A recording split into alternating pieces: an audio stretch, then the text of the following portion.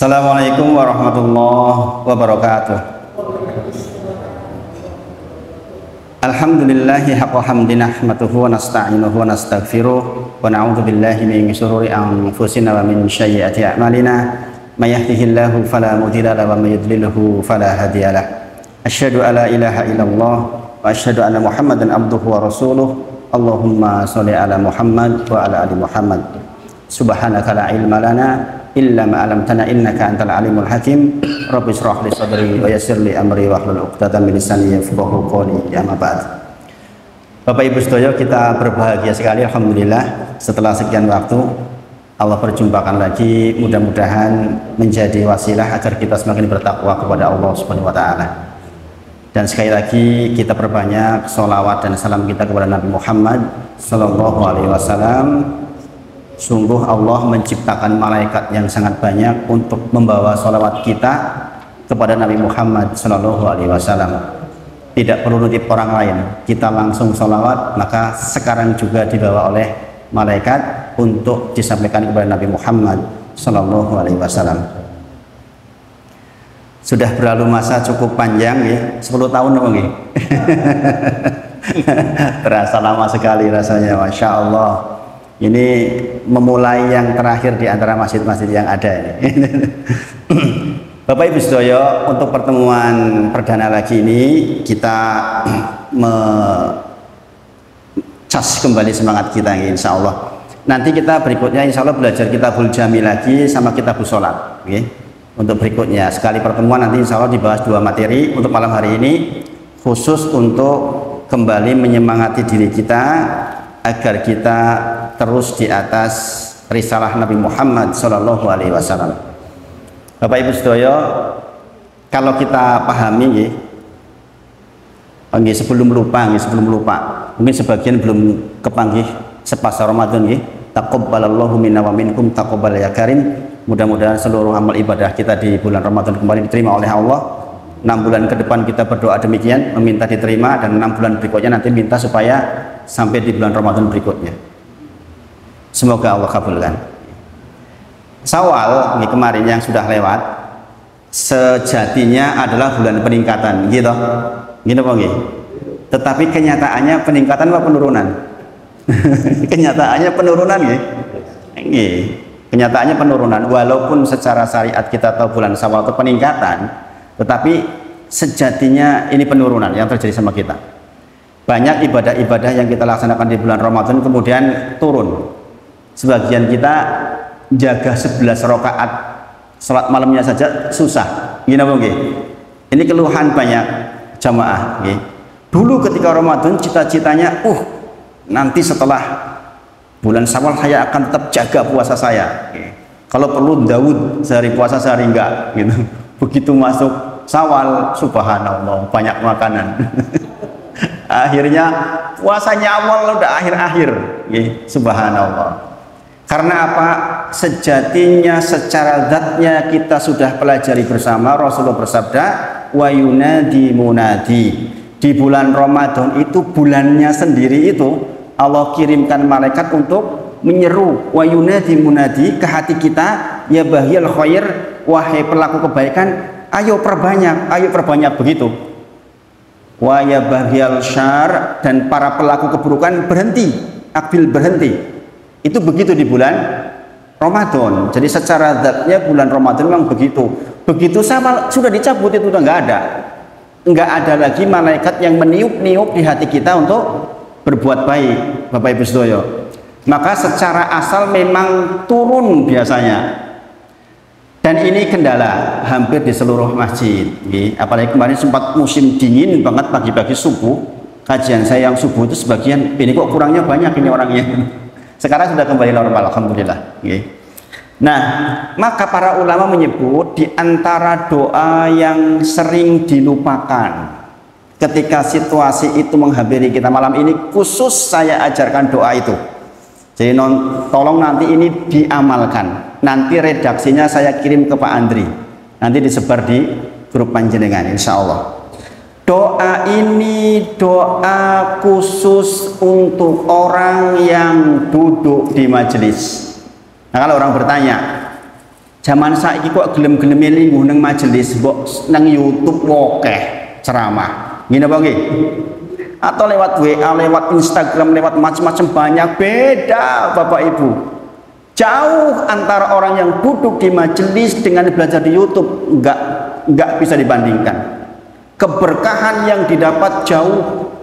Sebagai namanya dengan tahu, duduknya kita seperti ini, kata Imam Hasan Al-Basri, seperti sholat 1000 rakaat sholat malam. Bayangin, kita suruh berdiri sepanjang waktu malam sholat 1000 rakaat, apa ya kuat? Lah kita duduk seperti ini, ikhlas karena Allah, cari ridho Allah, paham tidak paham, udah dapat pahala sholat 1000 rakaat. Ini kaulnya Al Hasan Al Basri rahimahullah taala, mauquf sampai ke Hasan Al Basri. Masya Allah Bapak Ibu sedaya. Maka tentu saja berbeda antara belajar di YouTube dengan belajar seperti ini, jauh sekali perbedaannya. Nah, doa yang akan disampaikan hari ini adalah doa khusus untuk orang yang duduk di majelis seperti panjenengan sekarang. Nggih. Riwayat Abdullah bin Umar. Abdullah bin Umar radhiyallahu anhuma, anaknya Umar bin Khattab radhiyallahu anhu. Nggih. Karena bapaknya sahabat, anaknya sahabat, disebut radhiyallahu anhuma, kedua-duanya maksudnya. Semoga Allah meridhoi keduanya, bapak dan anaknya. Kita tahu Bapak Ibu sedaya, Abdullah bin Umar itu orang yang sangat dalam tanda kutip saklek mengikuti Rasulullah Shallallahu Alaihi Wasallam.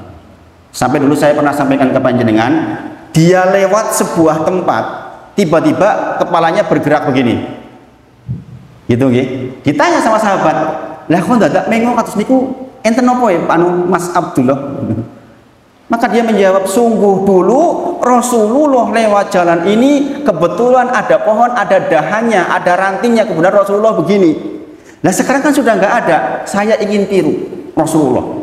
Bayangin, saking detailnya Abdullah bin Umar radhiyallahu anhu meniru Rasulullah segitunya. Ini orang yang sangat hebat ya, Abdullah bin Umar. Nah, beliau meriwayatkan dari Ibnu Umar radhiyallahu anhu berkata, hampir tidak pernah Rasulullah Shallallahu Alaihi Wasallam berdiri dari majelisnya kecuali sudah berdoa ini. Jadi jenengan nanti saat jenengan berdiri untuk sholat, jenengan berdoa. Doanya ini. Sekali lagi, tidaklah Rasulullah berdiri dari majelisnya kecuali sudah berdoa ini. Ini banyak dilupakan oleh banyak orang ini, doa ini. Padahal doa penting banget. Yang pertama, redaksinya satu hadis itu ada 9 doa. Nanti saya share ke jenengan. Mungkin malam ini saya bahas 3 diantaranya. Pertama, Allahumma qsim lana min khosyatik. Ya Allah, saya mohon kepadamu, berikan rasa takut kepadamu. Jadi Rasulullah Khalilur Rahman Shallallahu Alaihi Wasallam minta rasa takut kepada Allah. Bapak Ibu sekalian, jangan bayangkan ini. Orang yang dijamin masuk surga, orang yang kita cintanya kepada dia melebihi dari keluarga kita saja, taksih nyuwun kepada Allah, ya Allah, berikan kepada hatiku rasa takut kepadamu. Mata hulu bihi bainana wa baina ma'asik. Yang dengan rasa takut itu, kata Rasulullah, menjadikan antara engkau dan aku terhalang kemaksiatan. Paham maksudnya Bapak Ibu sekalian? Ya Allah, saya nyuwun kepada panjenengan supados ada rasa takut di hati, yang dengan rasa takut itu saya takut bermaksiat kepadamu. Arep keri subuh wedi, mau berbuat buruk takut. Rasa takut seperti itu dimintakan Bapak Ibu sekalian. Ini Rasulullah Bapak Ibu sekalian mengajarkan kepada kita. Lah kita ini siapa? Sorga belum jelas. Sembayang kadang-kadang yuk iji rapati wapi. Lah kok ranjaluk wedi? Ini lah kebangetan. Tidaklah Rasulullah berdiri dari tempat duduk dari majelis kecuali sudah berdoa, Allahumma qsim lana min khosyatik. ya Allah saya mohon kepadamu diberikan rasa takut, ma tahulu bihi bainana wa baina ma'asik, yang dengan rasa takut itu saya jadi takut berbuat dosa kepadamu dalam kondisi rame dan dalam kondisi sepi, dalam kondisi banyak orang maupun sendirian, kita takut kepada Allah. Bapak Ibu sekalian, ini pentingnya luar biasa. Bapak Ibu sekalian, pada hari ke-7 Syawal kemarin saya bertemu dengan salah seorang sahabat lama. Beliau ini telepon ke saya itu sudah 3 tahun, tapi saya nggak bisa ketemu. Begitu kepanggih, dia mengatakan, saya itu telepon panjenengan karena punya hajat. Yang hajat itu terkait dengan pekerjaan saya. Dia pengen hijrah, penghasilan dia di pekerjaan itu 30 juta per bulan. Kemudian dia tinggal karena ingin mendekat kepada Allah, karena takut kepada Allah Subhanahu wa taala. Saya tidak sebutkan jenis pekerjaannya. Prinsipnya orang rela meninggalkan pekerjaan dengan penghasilan 30 juta per bulan karena takut kepada Allah. Kalau nggak takut nggak mungkin. Dia bilang ribuan orang ingin pada posisi saya, Ustadz. Masya Allah. Kenapa dia telepon saya? Karena 4 tahun lalu ketika ketemu dia bilang, saya dulu ingat kata-kata panjenengan, jenengan takut sama Allah enggak? Kalimat itu yang masuk ke dia. Masya Allah. Maka Imam Ahmad rahimahullah ta'ala menyebutkan, Bapak Ibu sedaya, kata Imam Ahmad rahimahullah ta'ala, al-ilmu huwa khosyah, al-khosyah. Ilmu itu adalah rasa takut. Siapa yang mengucapkan? Imam Ahmad rahimahullah ta'ala, mazhab yang paling muda, mazhab yang diikuti di Saudi Arabia. Muridnya Imam Syafi'i rahimahullah ta'ala mengatakan al-ilmu, ilmu itu rasa takut. Panjenengan duduk seperti ini mendengarkan segala sesuatu, hadis dan ayat-ayat, kalau masuk ke dalam diri kita, alhamdulillah jadi ilmu, hanya akan dikatakan sebagai ilmu ketika itu menimbulkan rasa takut kepada Allah. Kalau tidak maka belum ilmu. Maka betul dikatakan di dalam surah Fatir ayat 28, innama yakhshallaha min ibadihil ulama. Sungguh di antara hamba-hambaku yang takut kepadaku adalah ulama, orang-orang yang berilmu, yang dengan ilmunya itu menimbulkan rasa takut. Masya Allah Bapak Ibu sekalian. Jadi soal mengapa kita agak-agak turun di bulan selain Ramadan itu karena kurangnya rasa takut kita kepada Allah Bapak Ibu sekalian. Makanya Rasulullah tuh minta rasa takut. Mungkin di bulan Ramadan kita ringan aja melaksanakan ibadah, begitu lewat bulan Ramadan mau tegak 11 rakaat itu kalau nggak punya takut kepada Allah berat Bapak Ibu sekalian. Maka sekali lagi gimana doanya? Sarang-sarang monggo. Allahumma qsim lana min khasyatik ma tahulu bihi bainana wa baina ma'asik. Ya Allah, artinya ya Allah, saya mohon kepada Engkau berikan rasa takut ke hati ini, yang dengan rasa takut itu saya jadi takut berbuat maksiat kepadamu. Para ulama menyebut al-ma'asik di situ. Apa arti maksiat di situ? Artinya lawannya takwa Bapak Ibu. Kalau takwa itu menjalankan perintah menjauhi larangan, kalau maksiat menjalankan larangan menjauhi perintah, itu sudah dikategorikan sebagai ma'asik, sebagai maksiat kepada Allah Subhanahu wa taala. Sebagian orang mengatakan maksiat itu hanya mau limo. Sebagian orang mengatakan, "Oh, Ustadz, saya baru tahu loh. Pengertian saya namanya maksiat itu ya mau limo itu." Ternyata apa-apa yang Allah perintahkan kita tinggal, yang disuruh malah kita yang disuruh ditinggal, yang dilarang malah kita jalankan, itu udah maksiat. Iya, secara syariat maksiat demikian Bapak Ibu sekalian. Maka perasaan takut yang teramat dalam kepada Allah itulah yang mendirect kita sehingga kita hati-hati nggak mau bermaksiat kepada Allah Subhanahu wa taala. Maka Bapak Ibu sekalian, perhatikan permintaan Rasulullah ini. Nanti jenengan kalau belum bisa bahasa Arabnya, sebelum berdiri, ya Allah, saya mohon kepada Engkau rasa takut di hati kepadamu, yang dengan rasa takut itu saya tidak berani bermaksiat kepadamu. Bapak Ibu sekalian, kita sakit, kita ke dokter karena tahu kita sakit. jenengan luka, luka karena batu misalnya, terlihat jenengan ambil betadin Bapak Ibu sedaya. Jenengan obati karena tahu jenengan sedang sakit. Gini apa nggih? Tetapi apakah kita tahu hati kita sakit? Kadang-kadang nggak tahu kalau nggak diberitahu. Bahwa tidak punya rasa takut itu penyakit hati Bapak Ibu. Maka kita minta diobati dengan apa? Diberikan rasa takut. Jadi kalau jenengan nggak punya rasa takut kepada Allah, tuh hatinya sedang sakit, maka diobati. Di antara obatnya adalah ad-du'a'u silahul mu'min. Doa itu sebaik-baik senjatanya orang mukmin. Maka doa inilah yang paling banyak saya mintakan di sepanjang bulan Syawal. Karena saya tahu dari tahun ke tahun mesti nek Syawal ki abot banget. Dan itu betulan, nggih. Gini apa nggih? Nggih Bapak Ibu sedaya. Nggih. Kemudian yang kedua, ini masih dalam satu hadis ini. Nanti saya share insyaallah ke Pak Andri insyaallah. Hafizullah ta'ala. Wa min ta'atik, ya Allah saya mohon kepadamu ketaatan, ma tubalighuna bihi jannatak, yang dengan ketaatan itu engkau mudahkan aku ke surgamu. Bapak Ibu sedaya, ini yang minta siapa?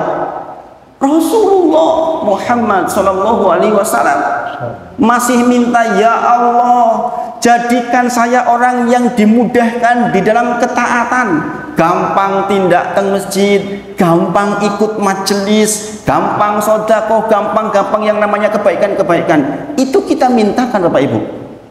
Yang dengan ketaatan itu membuat kita tuh masuk surganya Allah Subhanahu wa taala. Kadang-kadang kita berdoa, ya Allah saya mohon kepadamu agar saya masuk surga. Itu enggak keliru. Allahumma inni as'aluka jannatakal ula. Demikian kita berdoa, ya Allah kuberikan kepadaku sebaik-baik surga. Tetapi Rasulullah ajarkan kepada kita, kita minta syarat ke surganya, yaitu taat kepada Allah Bapak Ibu sedaya. Sebagaimana saya sampaikan di dalam Quran surah Al-Kahfi, berulang kali saya sampaikan, faman kana yarju liqa rabbi falyamal amalan shalihan wa la yusyrik bi ibadati rabbih ahada. Barang siapa yang ingin masuk surga, maka syaratnya dua, amal soleh dan tidak berbuat syirik. Amal soleh itu Rasulullah mintakan Bapak Ibu Saudara, ya Allah saya minta kepadamu agar saya itu termasuk orang yang taat. Gampang leh taat maksudnya Bapak Ibu Saudara. Kadang-kadang di bulan Syawal kita mau sholat malam, mau sholat witir, mau sedekah, nggak kayak Ramadan. Kayak ada yang ganduli nih loh Pak. Gini apa nggih? Rasane kok abot men gitu. Ini doanya. Ini doanya. Ya Allah, saya minta kepadamu agar saya menjadi orang yang taat kepadamu. Matu balighuna bihi, yang dengan ketaatan itu saya mudah masuk surgamu. Masya Allah, Bapak Ibu sekalian. Penting buat doa seperti ini. Penting. Ini doa untuk orang yang bermajelis. Maka doa ini diikat oleh Rasulullah di majelis. Mengapa Bapak Ibu sekalian? Karena memang orang-orang berilmu lah yang punya keberuntungan banyak. Orang-orang yang mau duduk di majelis itulah yang banyak keuntungannya. Saya hari ini tuh masih duduk di majelis Bapak Ibu sekalian, di guru-guru saya. Saya masih duduk dengan mereka. Saya masih murojaah dengan mereka. Saya masih bertanya kepada mereka. Dalam rangka apa? Bukan dalam rangka apa Pak? Dalam rangka cari keberkahannya. Wong saya sudah hafal sebenarnya ilmunya. Tetapi persoalan duduk di majelis itu persoalan tersendiri yang nilainya sangat tinggi di sisi Allah Subhanahu wa taala. Maka saya sempat agak khawatir, ini anu kok nggak jalan-jalan, ini ada apa nih? Sempat kepikir, ini paling terakhir ini mulainya. Kebanyakan di masjid lain itu hanya libur 2 kali.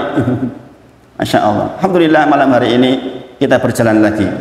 Kemudian yang ketiga, tidaklah Rasulullah berdiri dari majelisnya kecuali sudah berdoa, wa minal yakin, ya Allah berikan kepada saya keyakinan, ma tuhawwinu alaina bihi masaiba dunya. Ya Allah berikan keyakinan kepada hati ini, yang dengan keyakinan itu saya jadi mudah menghadapi musibah-musibah dunia. Musibah dunia. Kenyataannya hidup tidak selalu sesuai dengan yang kita ingin. Gini apa nggih? Ingat perkataan Umar bin Khattab radhiyallahu anhu. Jangan perhatikan terkait dengan permintaan ini.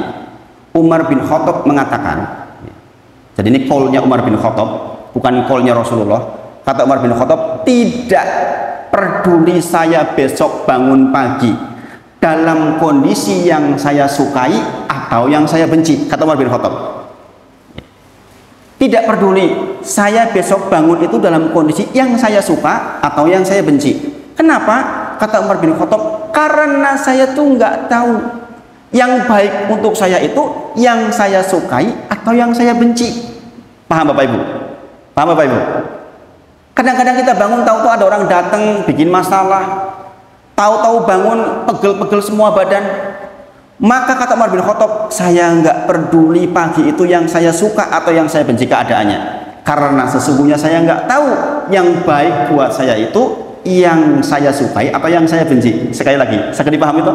Saya ditangkap betul?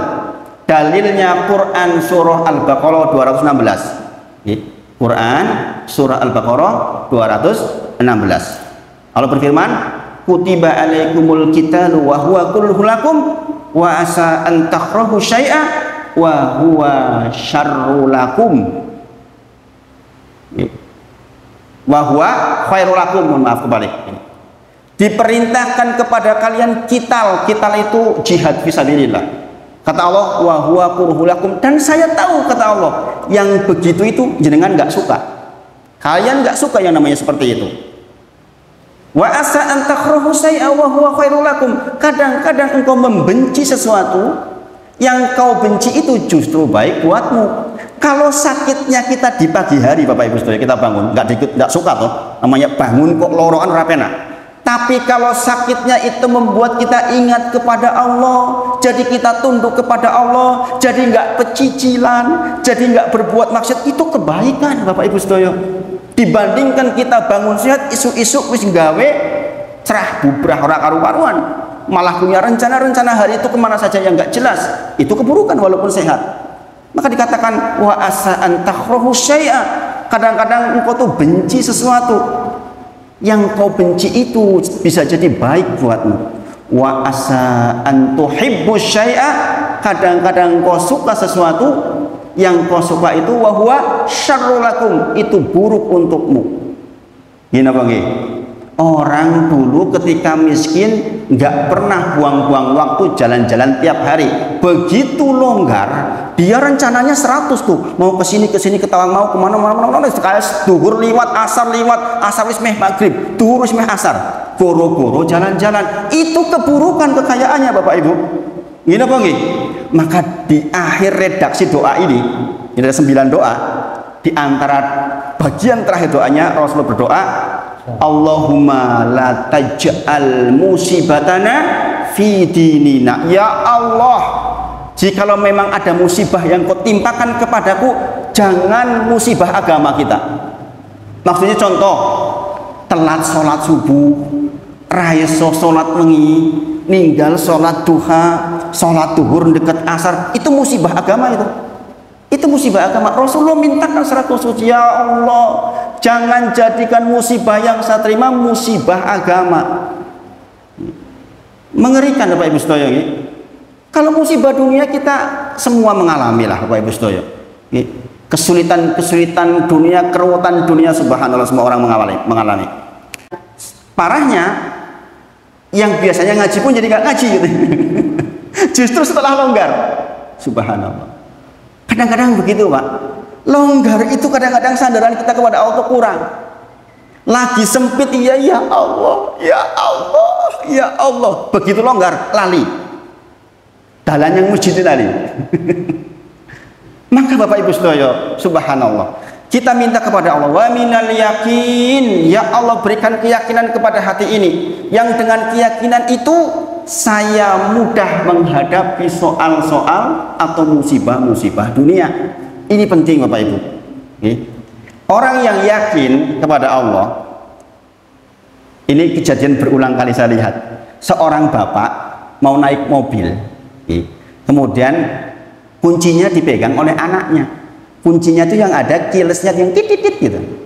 Tahu-tahu dipegang anaknya masuk ke selokan yang pakai besi-besi itu loh. Pripun rasanya niku? Pripun? Dijikuk wis ora iso angel. Ngamuk-ngamuk biasanya, oh dasar anak. Iki lo bu anakmu bu. Padahal ya anaknya dia juga tau gitu. Ngamuk-ngamuk. Bayangin Bapak Ibu sekalian. Kalau orang sudah minta begini, wa minal yakin, minta keyakinan, dia akan mengatakan memang sudah jatahnya jatuh, nggak bisa kita komplain. Itu loh maksudnya kita minta seperti itu. Anak kita pegang HP kita, belum lama mungkin HP kita baru beli 2 bulan, tahu-tahu jatuh pecah tuh. Biasa nih ngamuk-ngamuk kita sebagai orang tua. Kalau kita punya ilmu ini, ya memang sudah waktunya jatuh, mungkin harus diganti. Bapak Ibu sedaya, yang seperti ini Rasulullah minta kepada Allah, wa minal yakin matu haminu alaina bihi masaiba dunya. Ya Allah, mohon keyakinan ke hati ini, sehingga dengan keyakinan itu saya mudah menghadapi musibah dunia. Permintaan yang ketiga. Ini masih satu hadis Bapak Ibu sekalian. Masih satu hadis. Yang berikutnya, Allahumma mati'na. Ya Allah, tetapkan kepadaku, kata Rasulullah, bi asma'ina wa absorina wa quwwatina ma ahyaitana. Ya Allah, tetapkan kepadaku pendengaran saya, penglihatan saya, wa quwwatina, dan kekuatan badan saya, ma ahyaitana, sepanjang saya masih hidup. Ini Rasulullah lagi minta tetap sehat sampai meninggal. Ini penting. Sebagaimana kita pelajari di zikir pagi zikir petang kita, ya Allah, tolong tetapkan kesehatan pendengaran saya, kesehatan penglihatan saya, kekuatan badan saya sampai saya mati. Artinya sepanjang masih hidup kita masih bisa pakai itu semua. Ini penting Bapak Ibu sekalian. Ini penting. Kita bisa belajar seperti ini karena melihat, karena mendengar, karena kuat. Kita bisa sholat isya berjamaah karena sehat mendengar, kuat. Maka kita minta kepada Allah sebagaimana Rasulullah minta, ma ahyaitana, sepanjang saya masih hidup ya Allah, tolong tetapkan itu di dalam diri saya. Jangan diambil dulu kecuali sudah meninggal. Ini doanya Rasulullah Shallallahu Alaihi Wasallam sebelum berdiri dari majelis. Ini enggak didapat oleh orang di luar majelis. Maka Masya Allah, keuntungan orang bermajelis itu enggak sedikit Bapak Ibu. Banyaknya luar biasa. Kemudian waj'alhu warisa minna, dan tolong ya Allah wariskan itu semua kepada kami sampai kami meninggal. Jadi kita sedang minta kepada Allah agar penglihatan kita, pendengaran kita, kekuatan badan kita sehat. Bapak Ibu sekalian, saya datang ke RSJ, rumah sakit jiwa. Ini orang sehat, mata sehat, pendengaran sehat, kekuatan sehat, tapi akal enggak sehat. Kalau ketemu orang takut apa? Takut kelinci. Bayangin Bapak Ibu, takut apa? Kelinci. Sebentar terus bilang ada kelinci, ada kelinci, ada kelinci. Orang menjadi setengah gila gara-gara takut kelinci. Berarti kan kesehatannya terganggu itu Bapak Ibu sekalian. Gini Bang, sampai dokter masuk ke ruangan itu dikatakan kelinci, dokternya tuh bawa bedil. Kelinci dokter, kelinci dokter gitu. Udah mati itu kelincinya, sembuh. Bapak Ibu sekalian, sembuh. Bayangin, ada orang yang diambil kekuatan badannya, kekuatan akalnya sehingga menjadi tidak sehat begitu. Subhanallah, subhanallah. Maka kita minta kepada Allah agar termasuk orang yang benar-benar sehat sampai meninggal. Demikian Rasulullah Muhammad SAW dikabul oleh Allah. Rasulullah itu demam hanya sebentar sekali Rasulullah itu mengalami. Demi itu pun karena Allah berkehendak kepada beliau SAW untuk mati syahid, walaupun di atas tempat tidurnya. Rasulullah demam itu 2 kali demamnya umatnya. Kita tuh kalau demam misalnya sekian derajat, Rasulullah itu 2 kali lipatnya, lebih berat. Makanya sahabat memegang badannya Rasulullah itu panasnya luar biasa.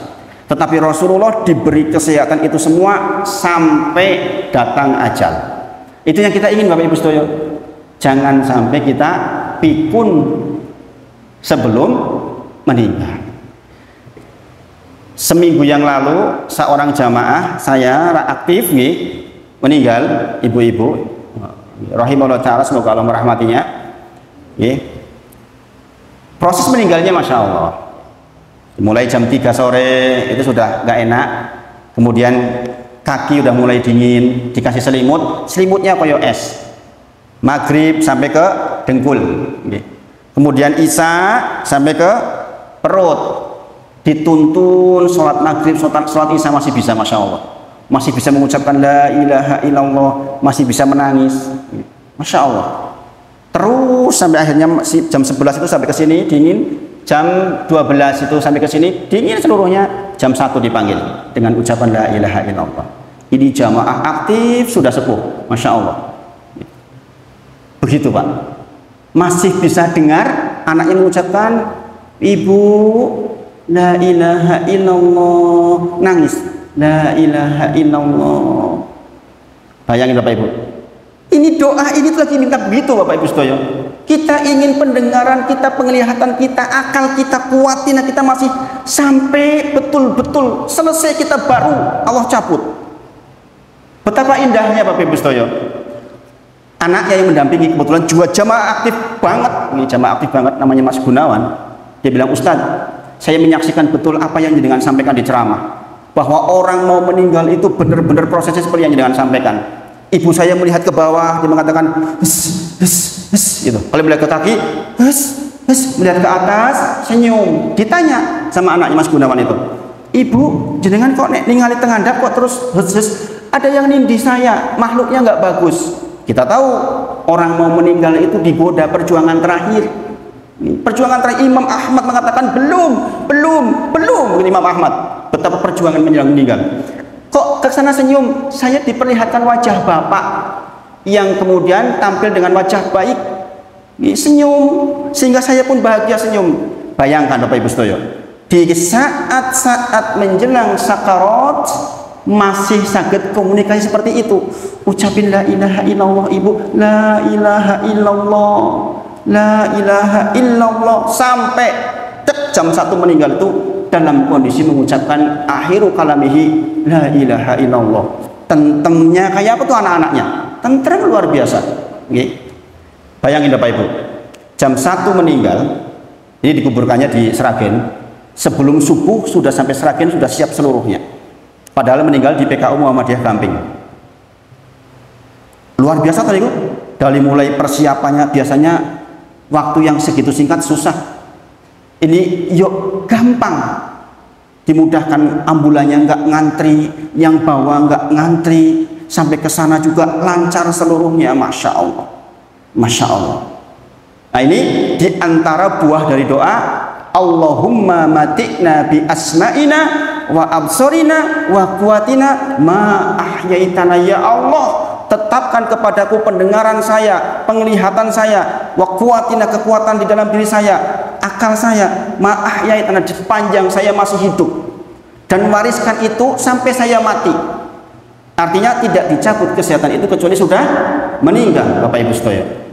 Itu kita butuhnya luar biasa Bapak Ibu sekalian. Oke. Kemudian Rasulullah juga minta walat apa tadi, wala taj'al musibatana fi dinina. Ya Allah, jangan jadikan musibah kepada saya jatuh musibah agama. Sekali lagi, kalau musibah dunia niku kita semua mungkin mengalami Bapak Ibu sedaya nggih.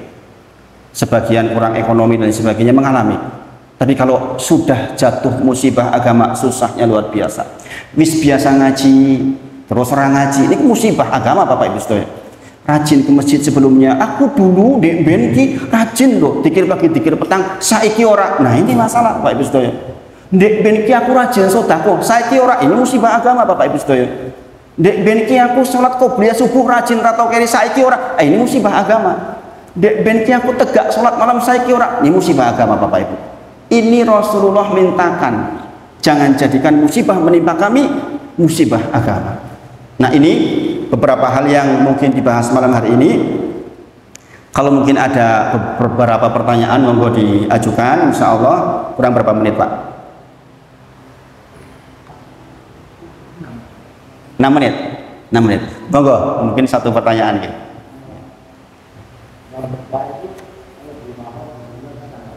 Gimana Pak? Doa yang tadi, oh gini. Oh gini. Kalau belum bisa bahasa Arabnya, bahasa Indonesia bolehkah gitu pertanyaannya? Boleh Pak, boleh. Makanya nanti jenengan sebelum berdiri, sebelum sholat isya jenengan berdoa, ya Allah mohon kepadamu rasa takut, yang dengan rasa takut itu saya jadi tidak bermaksiat kepadamu. Ya Allah saya mohon kepada Engkau ketaatan, yang dengan ketaatan itu saya dimudahkan masuk surgamu. Ya Allah saya mohon kepadamu keyakinan, yang dengan keyakinan itu saya mudah dalam menghadapi musibah dunia. Ya Allah saya mohon kepada Engkau tetapkan kepadaku pendengaran saya, penglihatan saya, kekuatan saya sepanjang saya masih hidup. Amin. Itu ada 4 permintaan. Boleh Pak, boleh. Cuma nanti supaya jenengan bisa bahasa Arabnya, redaksinya saya WA ke Pak Andri insya Allah biar bisa dihafalkan. Awal-awal dibaca dulu aja, dibaca dulu. Jenengan bermajelis dimanapun, jenengan berdiri, jenengan berdoa. Insya Allah untuk pertemuan berikutnya kita belajar kitab sholat sama kitab jami, meneruskan yang dulu insya Allah. Ada lagi?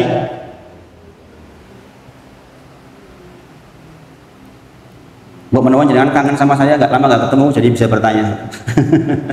Saya kangen dengan jenengan terus terang aja, tapi doa-doa insya Allah tetap sampai insya Allah. Insya Allah. Ini itu Pak Andri. 1,5 menit. Ya. Mungkin itu yang disampaikan dari saya. Mohon maaf jika ada hal-hal yang kurang pas. Kita lanjutkan di pertemuan berikutnya. Insya Allah kita bahas kitabul sholat dan kitabul jami. Dalam satu pertemuan mungkin saya kasih 2 itu insya Allah. Wa akhiru da'wana alhamdulillahirabbil alamin. Assalamualaikum warahmatullahi wabarakatuh. Kula kuturakan kepada Pak Andri monggo.